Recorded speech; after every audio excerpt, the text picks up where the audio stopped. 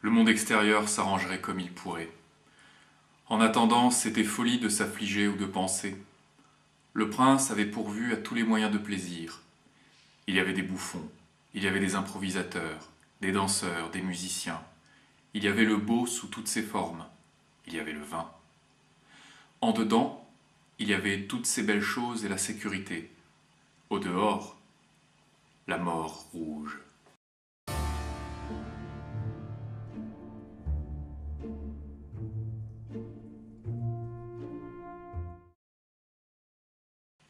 En abordant l'adaptation d'une nouvelle d'Edgar Poe, nous allons pour la première fois parler d'un auteur antérieur à l'invention du cinéma, un auteur qui écrit sans connaître les images du cinéma. Poe fait partie des grands maîtres de l'écriture fantastique, au même titre qu'un auteur comme Lovecraft par exemple, et il partage avec lui le fait d'être américain. Sa nouvelle, Le Masque de la Mort Rouge, fait partie de ces récits très courts, très linéaires, dont ces recueils sont souvent composés aux côtés d'histoires plus développées. C'est un de ces auteurs qui a des thèmes récurrents mais un style narratif très variable.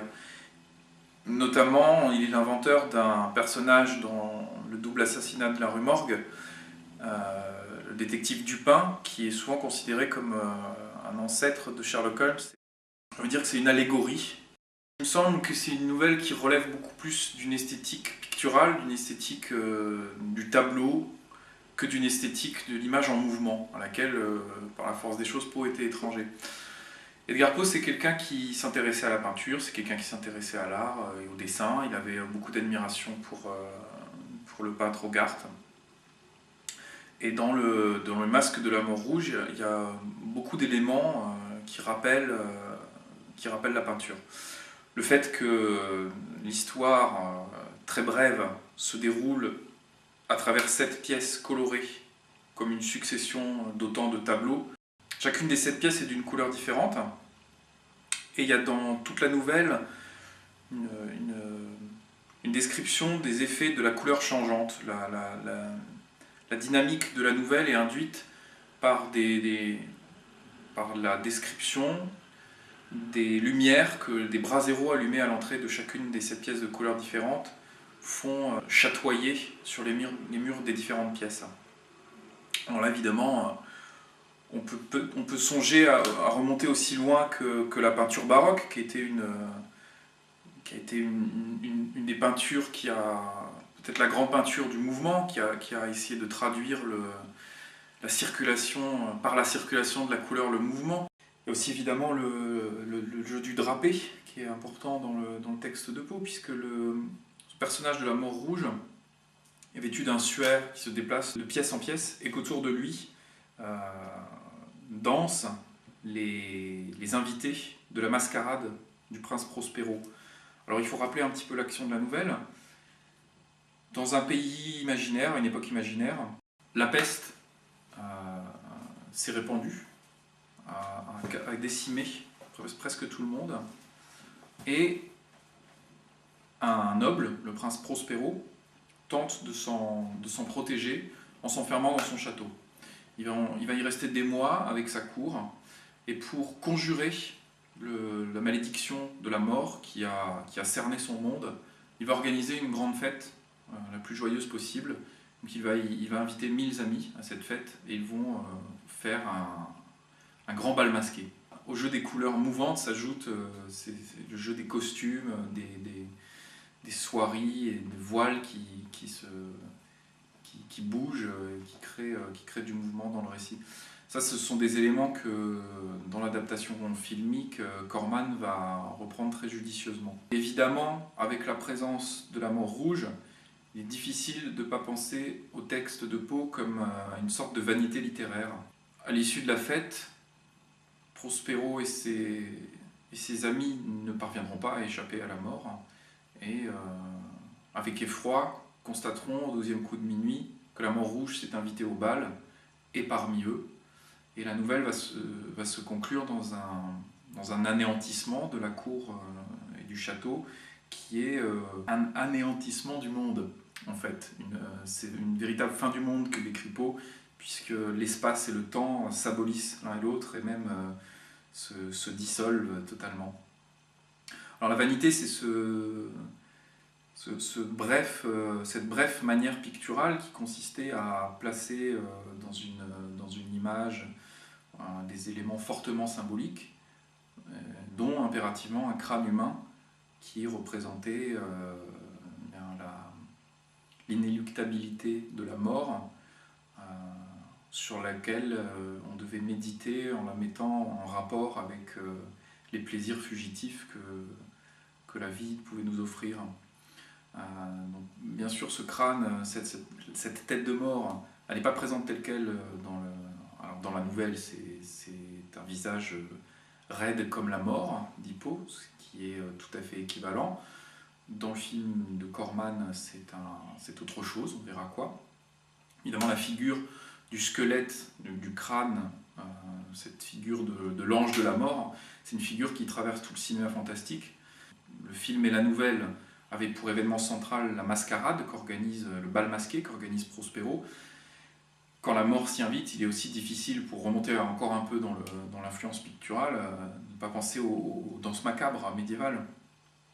On voit des musiciens et des danseurs faire la ronde avec ce personnage du squelette qui représente la mort.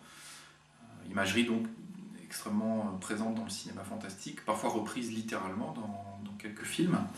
Il y en a une très belle illustration dans Le Baron Munchausen de Gilliam, qui est reprise presque telle quelle dans le film de Soavi que j'aime tellement, Della Morte Della More.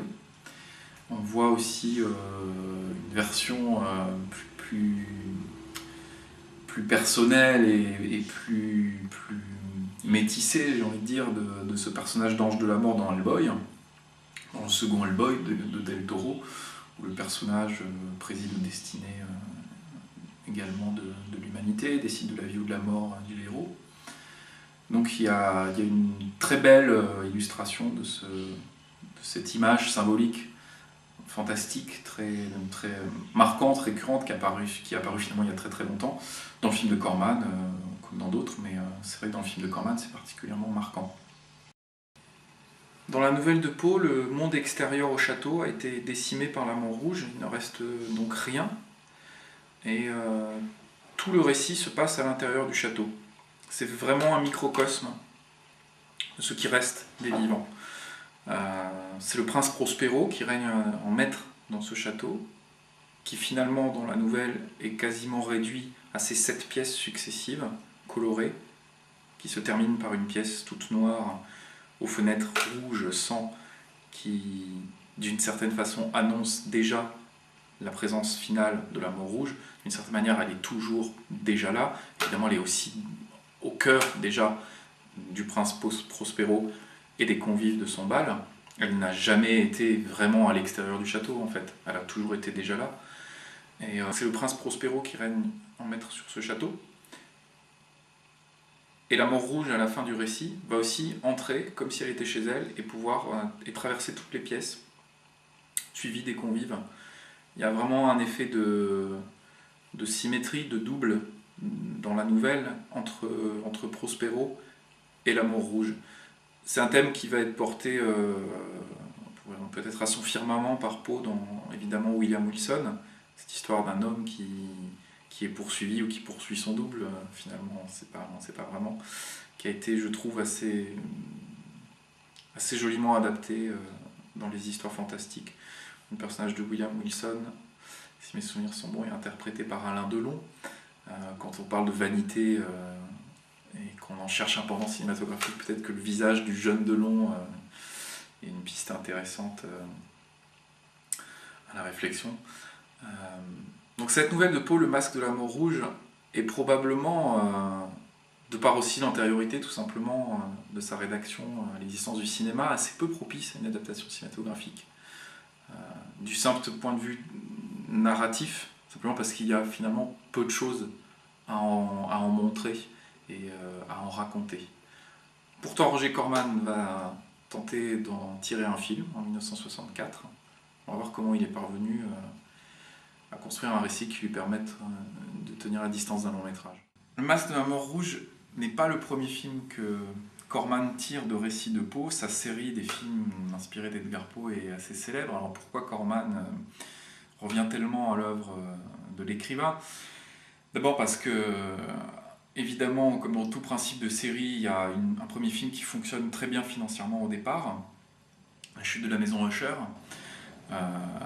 et que les producteurs de ce film vont encourager Corman à en tourner d'autres. Alors la série des Poe de Corman a des tons très variés, ça va jusqu'à la comédie franche et très second degré avec Le Corbeau, et puis ce film très sérieux, voire sentencieux, qu'est Le Masque de la Mort Rouge.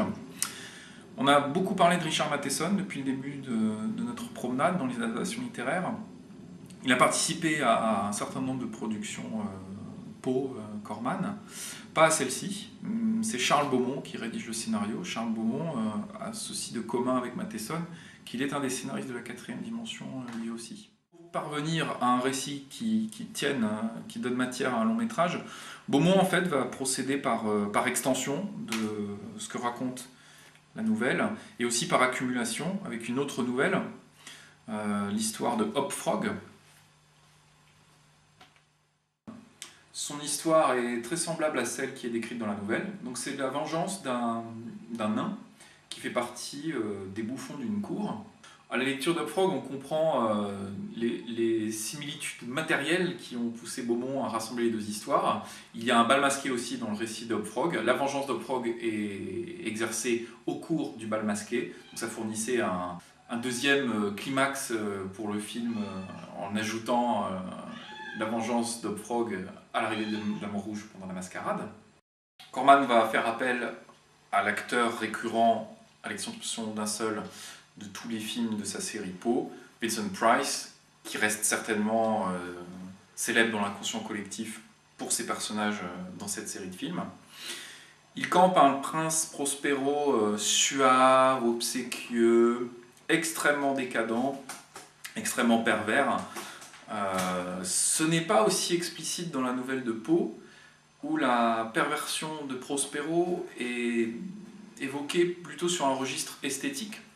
C'est-à-dire que Poe insiste sur son goût bizarre, sur son mauvais goût.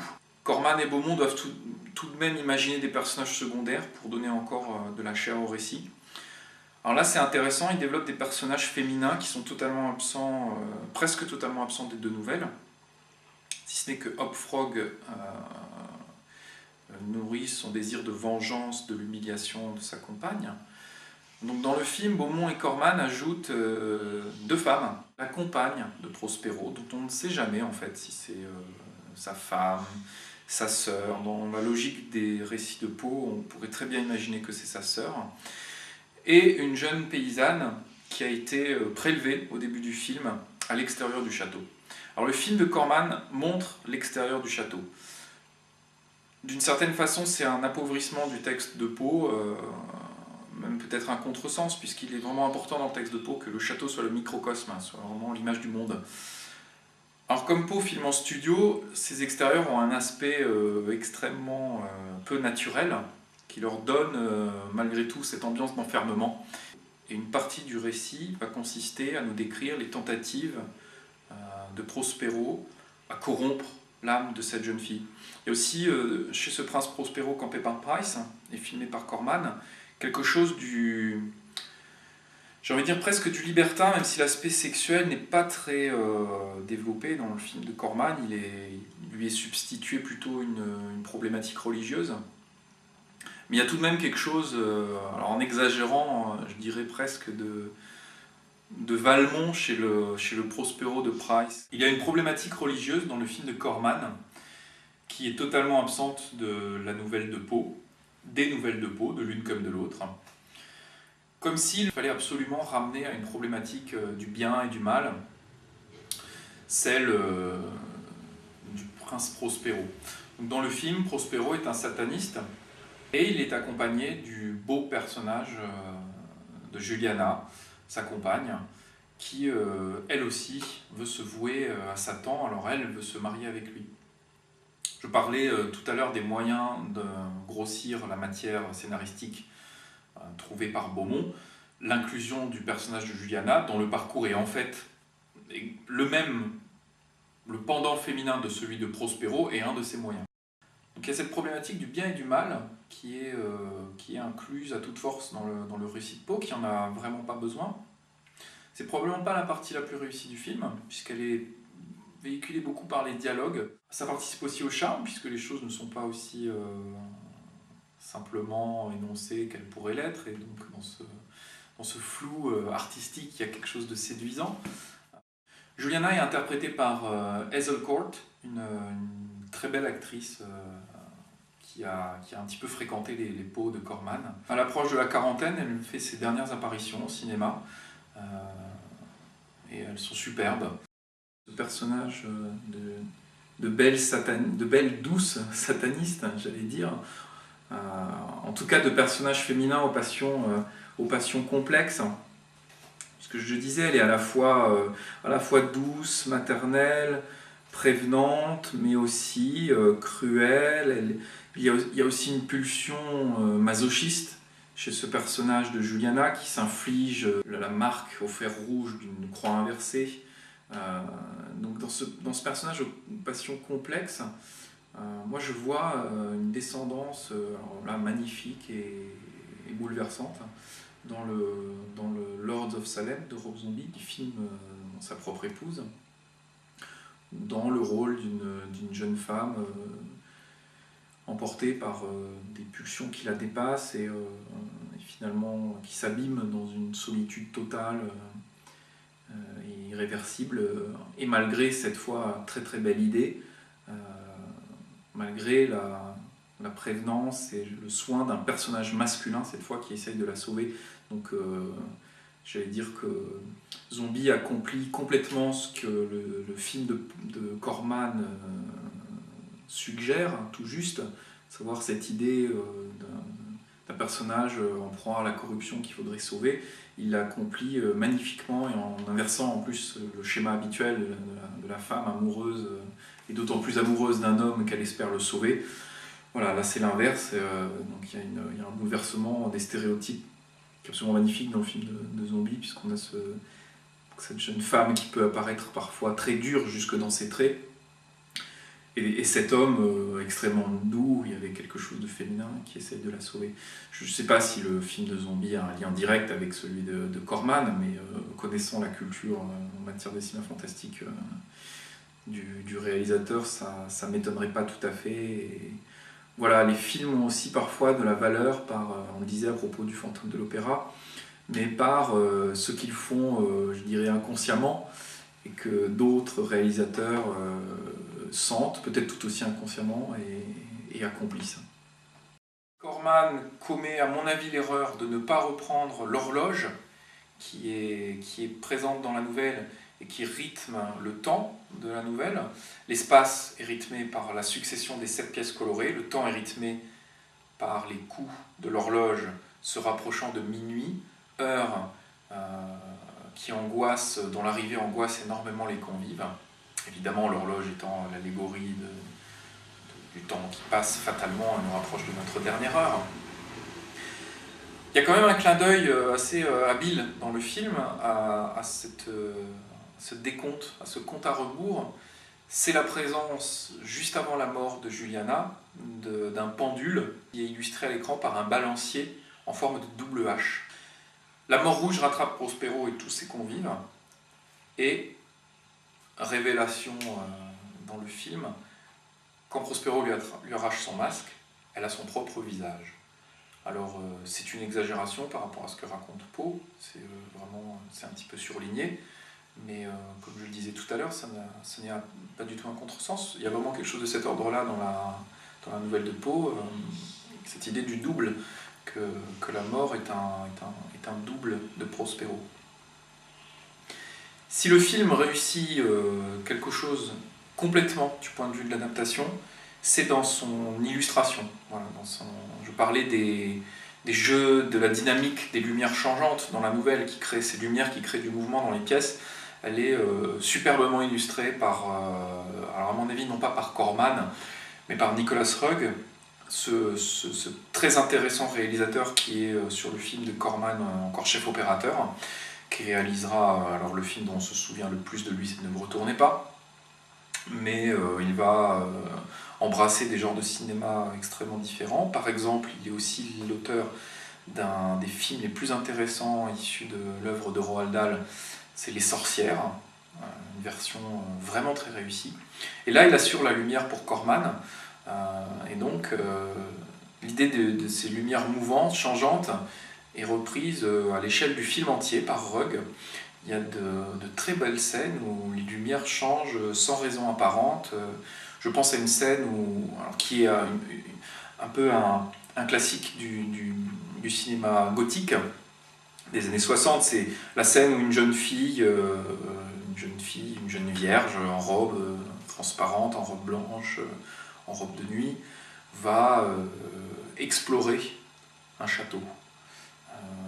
Va traverser des enfilades de pièces ou va scruter du regard la pièce où elle est enfermée, qui est généralement sa chambre à coucher. C'est le cas dans Le Masque de la Mort Rouge. Donc à un moment donné, notre jeune paysanne pieuse se réveille et scrute sa chambre, qui se traduit évidemment par un panoramique. Et à ce moment-là, elle s'éclaire à la bougie, elle fait tomber sa bougie, et la lumière change sans raison, même si on pourrait nous suggérer que c'est la lumière de la bougie à terre qui éclaire le visage de la jeune fille. Mais là, Rugg choisit de faire une lumière complètement antinaturaliste, et de faire une lumière simplement de l'émotion. Voilà, donc c'est la peur qui éclaire le visage de la jeune fille. Ce refus du naturalisme, du réalisme, c'est aussi quelque chose qui est voulu par Corman, qui convient très bien au style allégorique de Poe. C'est certainement l'aspect pour lequel on se souvient du film, sa beauté plastique, qui est réelle, même si honnêtement, malgré le gonflement un petit peu artificiel du scénario, malgré l'inclusion de personnages secondaires, le film ne tient pas forcément très bien la distance du long métrage, c'est un petit peu long, c'est un film devant lequel je m'endors souvent. Et c'est un film qui nous laisse de très belles images et qui n'est pas, contrairement à la plupart des autres films de la série Poe, une trahison du texte et de l'esprit d'Edgar Poe. Corman a filmé Le Masque de la Mort Rouge en Angleterre, au studio d'Elstree.